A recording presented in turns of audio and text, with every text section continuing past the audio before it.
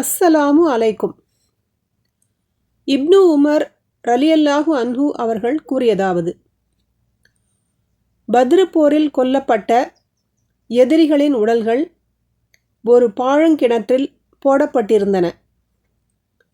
அந்த கிணற்றில் கிடந்தவர்களை பார்த்த நபி ஸல்லல்லாஹு அலைஹி வஸல்லம் அவர்கள், உங்கள் இறைவன் உண்மையாகவே வாக்களித்தவற்றை நீங்கள் அடைந்து கொண்டீர்களா என கேட்டார்கள்.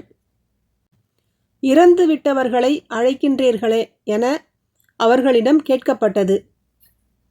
அதற்கு, அவர்களை விட நீங்கள் அதிகம் செவியுறுபவர்கள் அல்லர், ஆயினும் அவர்கள் பதிலளிக்க மாட்டார்கள் என நபி ஸல்லல்லாஹு அலைஹி வஸல்லம் அவர்கள் கூறினார்கள். சஹீஹ் புகாரி 1370, அத்தியாயம் 23, ஜனாசாவின் சட்டங்கள்.